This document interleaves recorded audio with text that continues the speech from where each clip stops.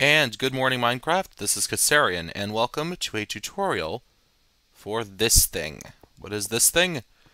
Well, I have a friend of mine who's on a server, and basically all they have available on the server is Buildcraft and XyCraft. The owner of the server doesn't really like the industrial craft style machines that process for you, so he asked me to come up with a design for a very basic lava furnace. And here it is. So, what the hell is this?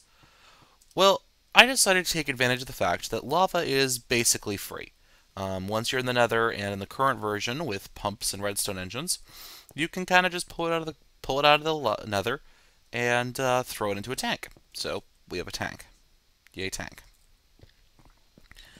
Now, what does this thing do? Well, quite simply, this is an automatic smeltery.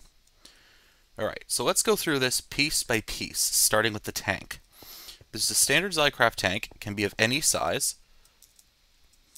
I had a valve on the top just to fill it, as you can see here. And it holds a decent amount of lava. Alright? Down the ground here, I have two item I/O ports. If you don't know the recipe, look it up in NEI. Now, item I/O ports are quite interesting devices.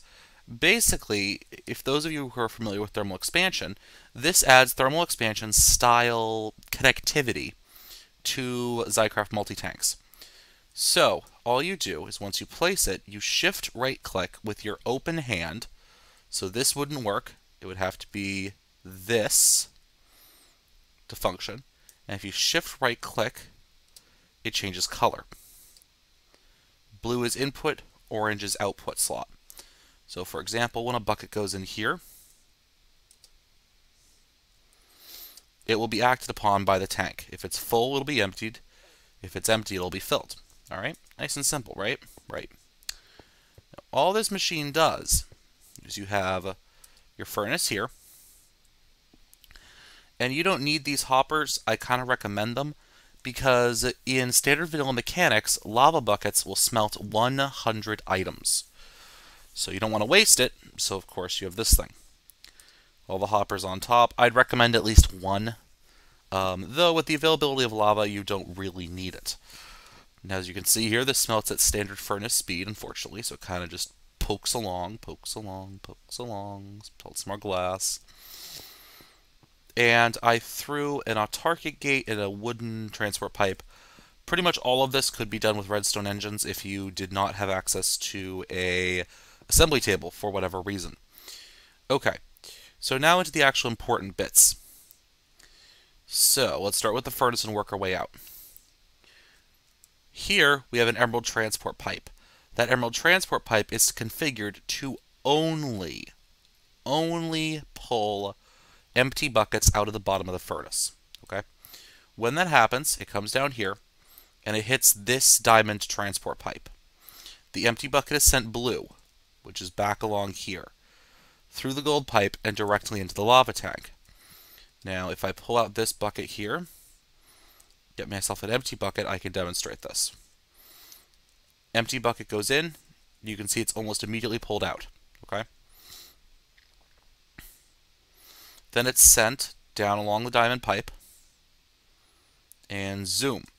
Now what's going to happen is it'll wind up in the blue slot, get filled faster than I could catch it, and it's getting pulled out by this wooden transport pipe and sent back up. Okay? This is fairly simple. This wooden transport pipe needs no configuration because this block, the item I/O, only allows it to access this slot here. No other slot is allowed to be accessed by this. Okay? It comes back out, pops into here, it says lava bucket goes up the white path.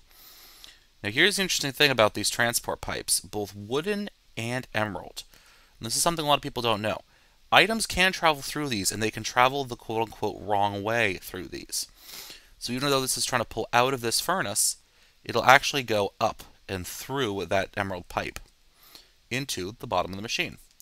So the sum total of this is that every time we run out of lava in this furnace, which takes a very long time, by the way. 100 items doesn't sound like much until you realize how bloody slow the furnace smelts to begin with. Then it's pulled back out, sent back into our tank, and refilled. And of course, at the backside of this tank or anywhere on it, you could have, your pump and pipes in the nether, etc., etc., etc. If we had some sort of item transport cross dimension, you could definitely hook up a filling unfilling station or something like that to it. Cross dimensional transport, ender tank or something like that. Then this setup right here, this is basically just to allow me to feed that obscenely high hopper up there. All this is an iron gate saying is there space in the inventory, red pipe signal, and a redstone signal, energy pulsar. That's just so I can turn off the feed. So it's not going to pull any more items out of here if I throw some more. Well, sandstone won't smelt, but you get the point. Just in case I throw some more sand or something in there, and I want it to do it as a batch and not, bit by bit by bit. So see, it's turned off.